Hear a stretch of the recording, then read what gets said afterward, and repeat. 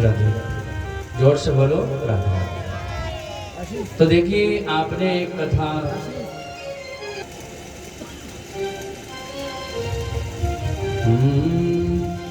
जन्मादस्य यतो नव्यादितरतश्च चतार्थे समभिज्ञेश्वराट तेने ब्रह्महृदाय आदि कवये मोहयन्ते यत् सूर्यः तेजो वारी मृदाम यथा विनिमयो यत्र त्रिसर्गो मृषा धाम्ना स्वेन सदा निरसत्कुहकं सत्यं परं धीमहि। देखो भागवत जी में किसकी वंदना की गई है? सत्य की। सत्यम परम धीमहि। आप शिव महापुराण उठा करके देखें, पढ़े तो उसमें शिव की वंदना की गई है सर्वप्रथम। देवी भागवत में भगवती की वंदना की गई है। विष्णु पुराण में भगवान विष्णु की वंदना की गई, लेकिन भागवत जी में सत्य की वंदना की गई है। और सत्य इसमें बार बार किसे कहा गया है? भागवत जी में सत्य परम धीमहि, हमारे भगवान कृष्ण को बार बार सत्य कहा गया है। जब देव की माँ के गर्भ में भगवान आए तो देवताओं ने सत्य सत्य सत्य कह करके वंदना की भगवान की। तो यहाँ पर भागवत जी में किसको माना गया है?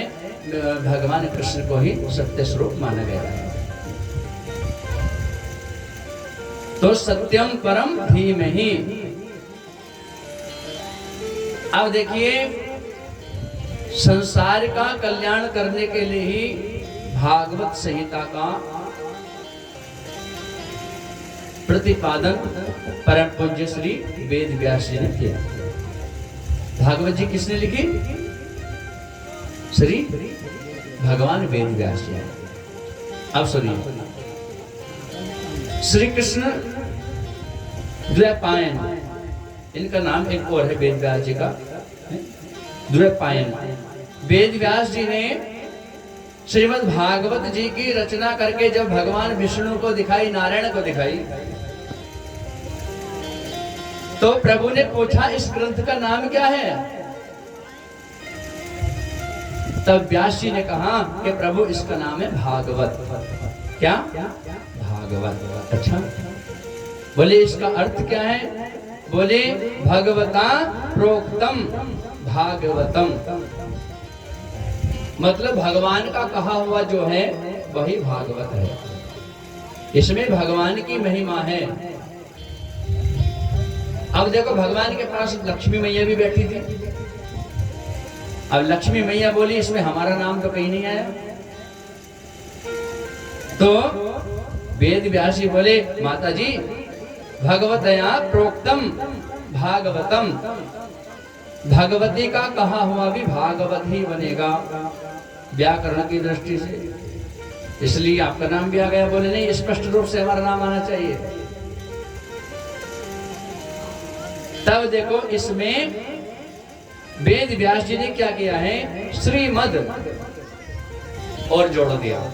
क्या जोड़ दिया? श्रीमद और जोड़ दिया, और ये हो गया श्रीमद भागवत महापुराण। जोर से बोलो भागवत महापुराण की। श्री माने लक्ष्मी, श्री माने लक्ष्मी, इसलिए ये क्या हो गया? श्रीमद् भागवत महापुराण। बोलिए भागवत महापुराण की जय।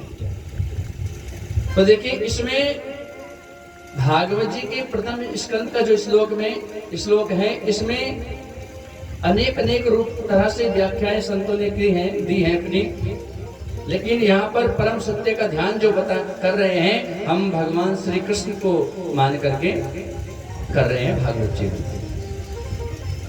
जन्मादस्य यतो नव्यादितरतश्च तथातो सर्वविज्ञेश्वराटः तेने ब्रह्महृदाय आदि कवये मुह्यन्ते यत् सूर्यः तेजो वारी मृदाम यथा विनिमयो यत्र त्रिसर्गो मृषा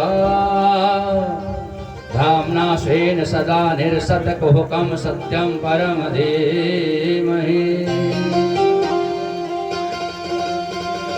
तो सत्यम सच्चिदानंद स्वरूपम श्री कृष्णम परम परमेश्वरम धीमहि ध्यायेम। सत्य का अर्थ श्री कृष्ण इसलिए कहा है क्योंकि श्रीमद् भागवत में भगवान श्री कृष्ण को ही सबसे अधिक सत्य सत्य कहकर पुकारा गया है। गोविंद जब देव की माँ के गर्भ में आए तब देवताओं ने भगवान श्री कृष्ण की स्तुति की, वहां भी केवल क्या कहा?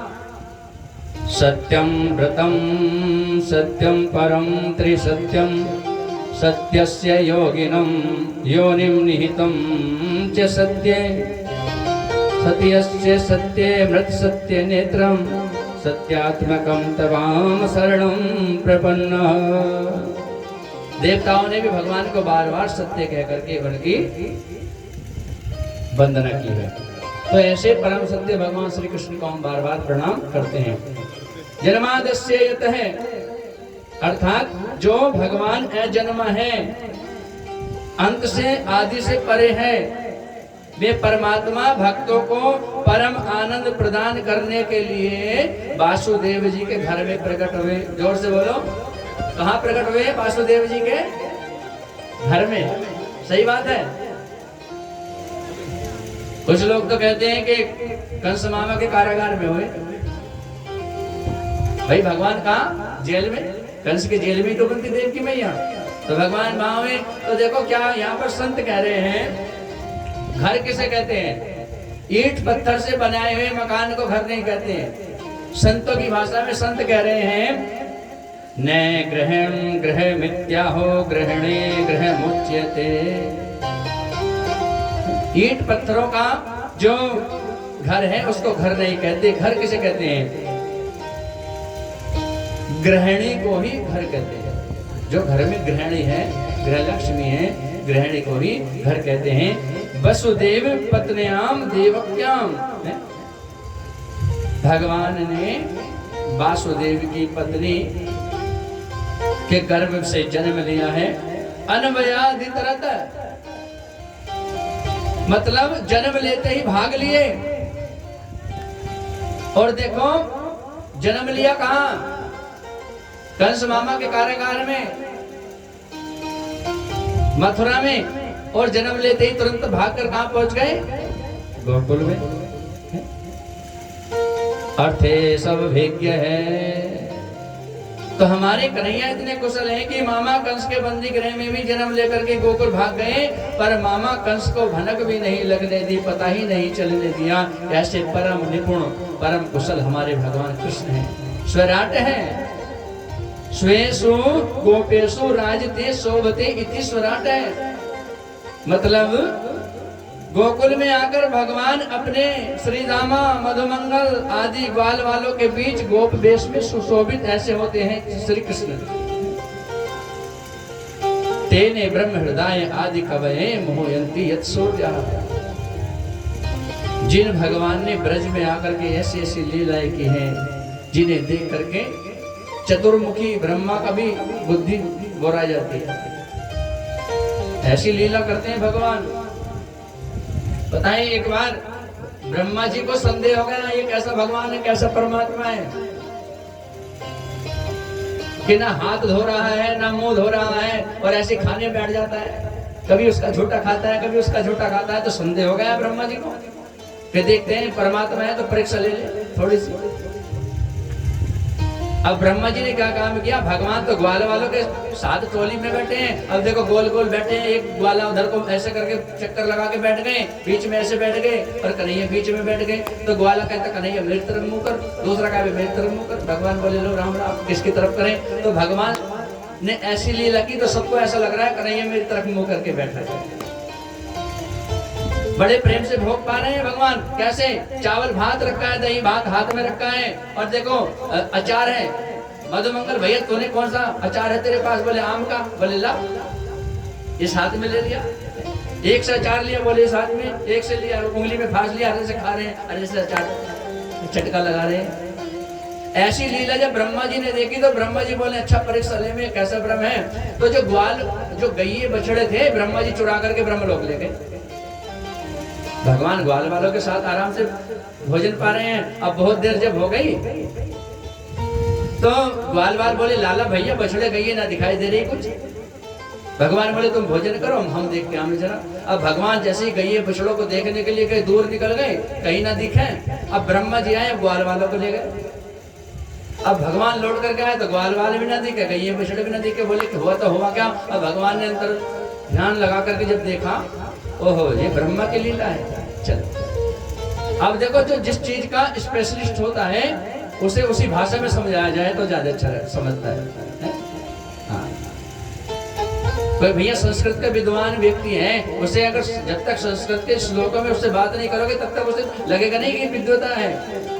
तो जैसा जिस विषय का व्यक्ति होता है उसे उसी विषय में समझाना चाहिए। तो ब्रह्मा जी किस विषय के हैं? सृष्टि को बनाने वाले। बोले इन्हें ऐसे समझाना पड़ेगा। तो भगवान ने क्या काम किया, खुद ही भगवान क्या बन गए, बछड़े बन गए। खुद ही भगवान ग्वाल वाल बन गए, गैये बन गए।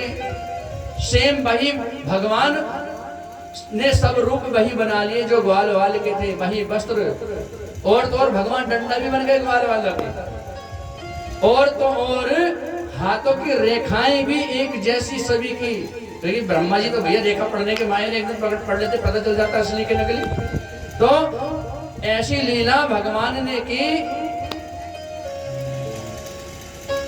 जिस लीला को देख करके शेष अवतार बलदाऊ भी जो ना उनकी समझ में नहीं आया। 1 वर्ष बाद पता चला उन्हें भी इस लीला का। अब 1 वर्ष बाद ब्रह्मा जी आए, लौट करके देखे तो उस कृष्ण की हालत कैसी होगी देख कर तो सही। अब देखा आकर के तो वही गई है, वही बछड़े, वही ग्वाल वाल सब वही।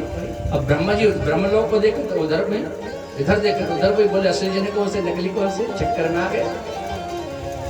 अब देखो ब्रह्मा जी तो आए कहाँ, गोकुल में। अब भगवान ब्रह्मा बन के पहुंच गए ब्रह्मलोक में। और जाकर के द्वारपालों से कहते देखो भैया आजकल नकली ब्रह्मा बहुत घूम रहे हैं, हाँ ध्यान रखना, अंदर मत आने देना किसी नकली को। और हम जा रहे हैं जरा अपने यहाँ ब्रह्मलोक में। अब भगवान तो ब्रह्मा बन के ब्रह्मलोक में पहुंच गए। अब ब्रह्मा जी जैसे आए लौट करके द्वार पे द्वारपाल ने रोक लिया, कहाँ जा रहे हो? ब्रह्मा जी बोले पागल हो गए, हम ब्रह्मा है। बोले ब्रह्मा हो? ब्रह्मा तो हमारे अंदर बैठे। सही कह रहे थे हमारे ब्रह्मदेव कि नकली ब्रह्मा घूम रहे हो, जाओ यहाँ से निकल लो वरना डंडे पड़ेंगे। ब्रह्मा जी की बुद्धि चकरा गई। ब्रह्मा जी ने ध्यान लगा करके देखा, ब्रह्मा जी ने भगवान से क्षमा मांगी, लेकिन भगवान ब्रह्मा जी से बोले तक भी नहीं, बात भी नहीं की। तो ऐसे हमारे भगवान हैं जिन्होंने ब्रज में आकर के ऐसी अनन्य लीलाएं की हैं।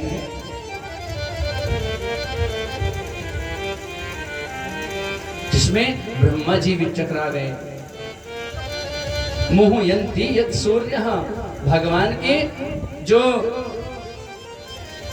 अग्रज हैं संकर्षण दाऊ जी महाराज भी कन्हैया की लीलाओं को देख करके मोहित हो जाते हैं। ऐसे हमारे श्री कृष्ण हैं। तेजो बारी मृदाम यथा विनिमयो, जब कन्हैया अपनी बंसी की तान छेड़ते हैं तो समझ लेना, तो बंसी की तान में कैसा जादू है।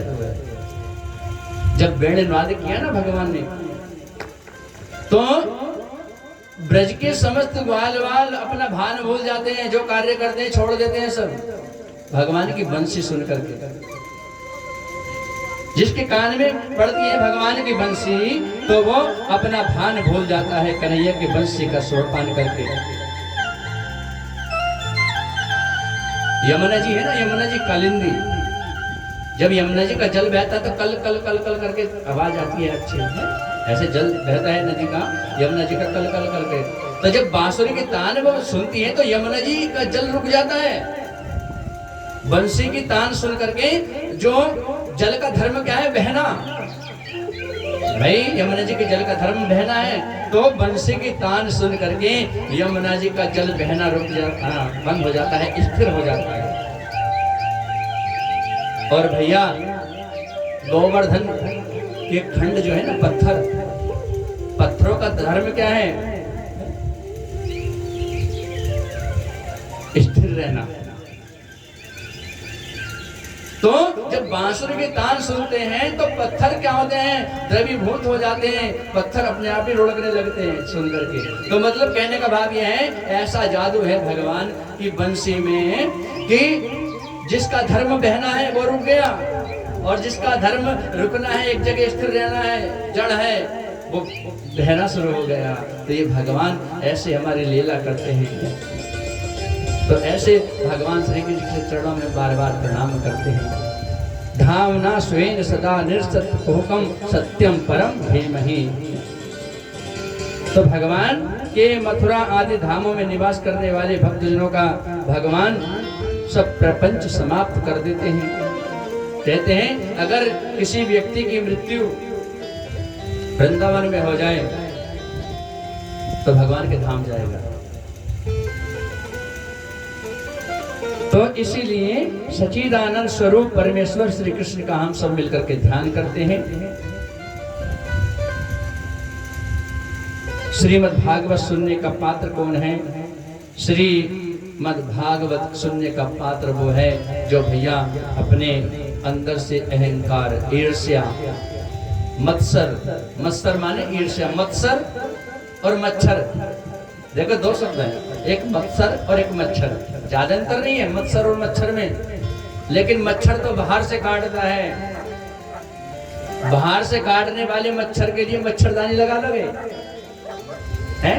मच्छरदानी लगा लोगे, क्रीम आ रही है बहुत सारी, उसे लगा करके उस मच्छर से तो रुक जाओगे। लेकिन जो मच्छर अंदर से काटता है, मत्सर मतलब ईर्ष्या, जलन, उसका कोई मच्छरदानी में नहीं है।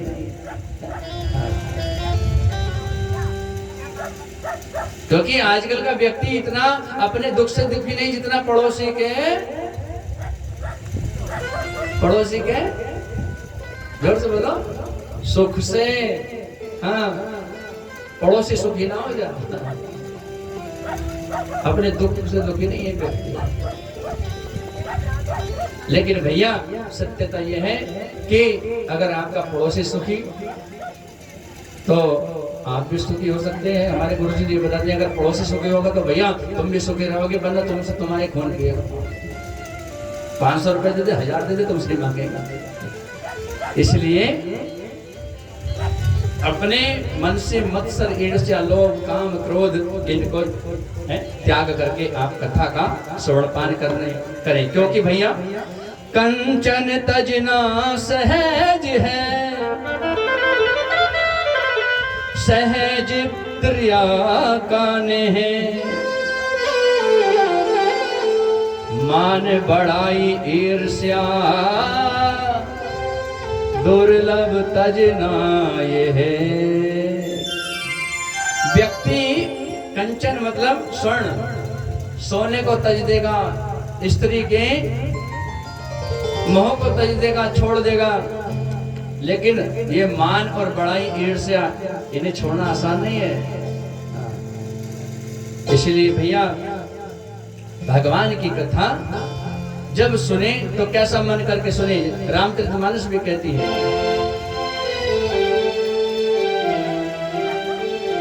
निर्मल मन जन सो मोहि पावा, निर्मल मन जन सो मोहि पावा, निर्मल मन जन सो मोहि पावा, निर्मल मन जन सोई मोहि पावा, मोहि कपट छल छिद्र न भावा, मोहि कपट छल छिद्र न भावा।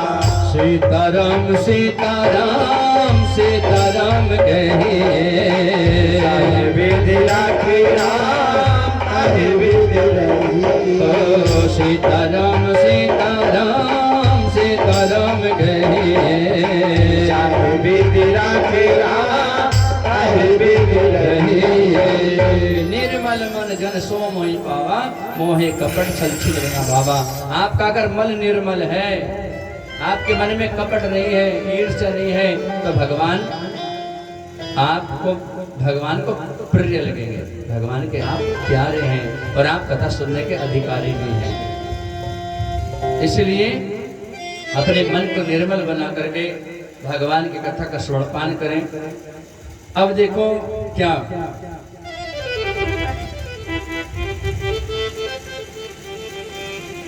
कथा में एक विशेषता और है भगवान की।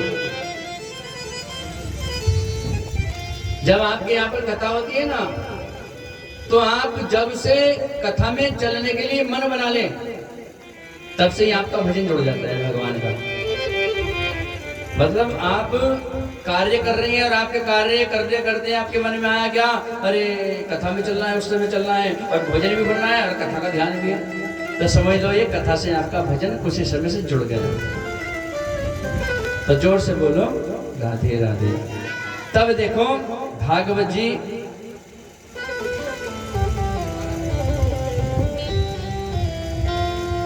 व्यास जी महाराज दावा करते हुए कहते हैं कि देखो जो अन्य साधनों से तुम्हें परमात्मा मिल सकते हैं, अन्य साधनों से मतलब तपस्या करके लंबी लंबी कई हजार वर्ष की तपस्या कर ले, आप तपस्या करके तुम्हें परमात्मा मिल सकते हैं, लेकिन एक जन्म में मिले या 2 जन्म में मिले कोई गारंटी नहीं, मिल सकते हैं। लेकिन भागवत किम परा परेश्वर, जाने किस जन्म में आपका भगवान से साक्षात्कार होगा, लेकिन श्रद्धयो हृदय अवरुद्धेत्र, अभी कथा सुनी नहीं, केवल सुनने की इच्छा आपके मन में प्रकट हुई,